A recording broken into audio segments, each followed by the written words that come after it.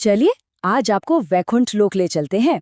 सोचिए एक ऐसी जगह जहां का आकाश हमेशा सुनहरा रहता है। वहीं भगवान विष्णु के सामने उनके वाहन शक्तिशाली गरुड़ सिर झुकाए खड़े थे।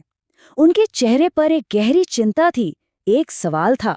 गरुड़ ने पूछा, और ये वो सवाल है जो शायद हम सबने कभी ना कभी खुद से पूछा होगा कि आखिर मौत के बाद होता क्या है।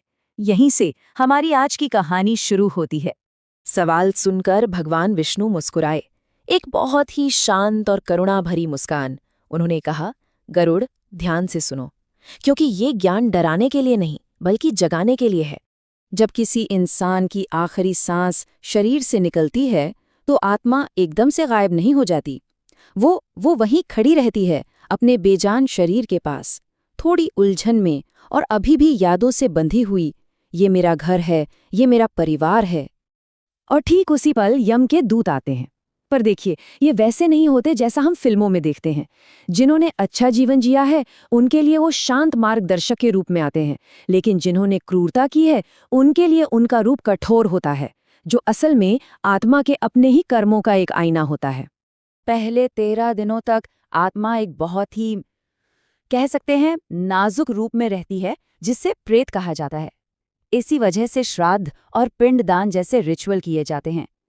परिवार वालों का दिया हर भोग आत्मा के लिए एक ताकत बनता है, जो उसे आगे की लंबी यात्रा के लिए शक्ति देता है। और फिर शुरू होती है एक लंबी, बहुत लंबी यात्रा, जिसे यमपथ कहते हैं। अब यहाँ एक बात समझनी बहुत जरूरी है। ये रास्ता कोई सजा नहीं है। ये तो एक आईने की तरह है, जो आत्मा को दिखाता है कि उसने अपनी जिंदगी कैसे जी है। देखिए, जिन्होंने अपनी जिंदगी करुणा और सच्चाई से जी, उनके लिए ये रास्ता आसान और छायादार होता है। लेकिन जिन्होंने लालच, हिंसा और धोखे से जीवन बिताया, उनके लिए यही रास्ता जलती हुई जमीन बन जाता है, जहाँ चुभने वाली हवाएं चलती हैं और हर तरफ बस भूख और डर होता है। भगवान विष्णु यही समझाते हैं कि ये जो भी हो रहा है, ये आत्मा के अपने कर्मों का सीधा नतीजा है। ये कोई मनमानी सजा नहीं है, बल्कि जैसा करोगे वैसा भरोगे का एक पक्का नियम है। आखिरकार ये लंबा सफर खत्म होता है और आत्मा पहुंचती है धर्मराज यम के दरबार में। अब देखते हैं कि वहां न्याय कैसे होता है।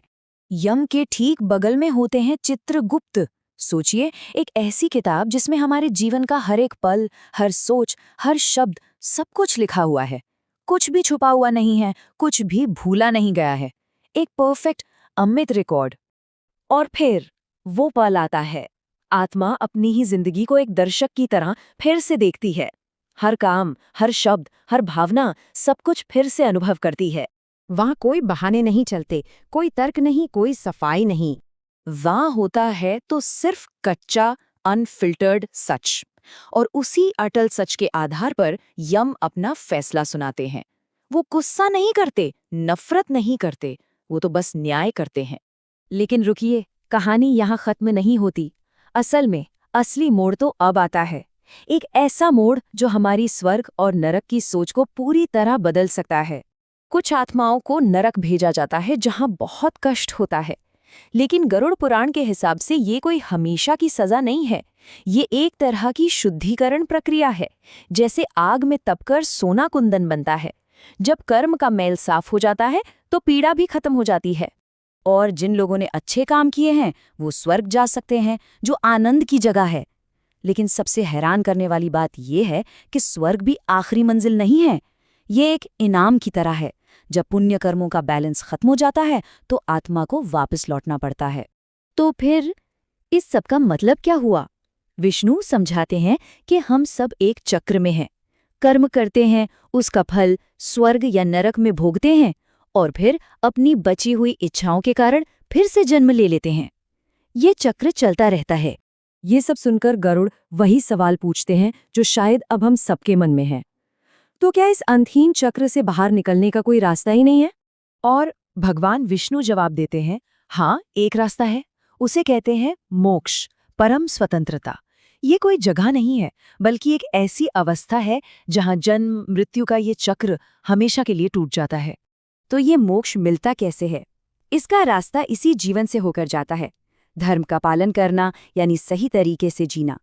करुणा और सच्चाई के साथ जीना, खुद पर नियंत्रण रखना, ईश्वर में भक्ति रखना और बिना फल की इच्छा के काम करना। जो आत्मा ऐसे जीती है उसे यमपथ पर दोबारा नहीं चलना पड़ता। आखिर में विष्णु का संदेश बहुत साफ है।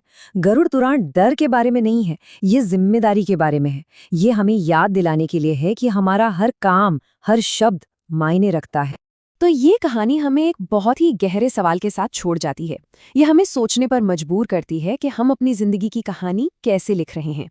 अगर आप ऐसी ही और भी गहरी और कालातीत कहानियों को समझना चाहते हैं तो हमारे चैनल के साथ जरूर जुड़ें। देखने के लिए आपका धन्यवाद।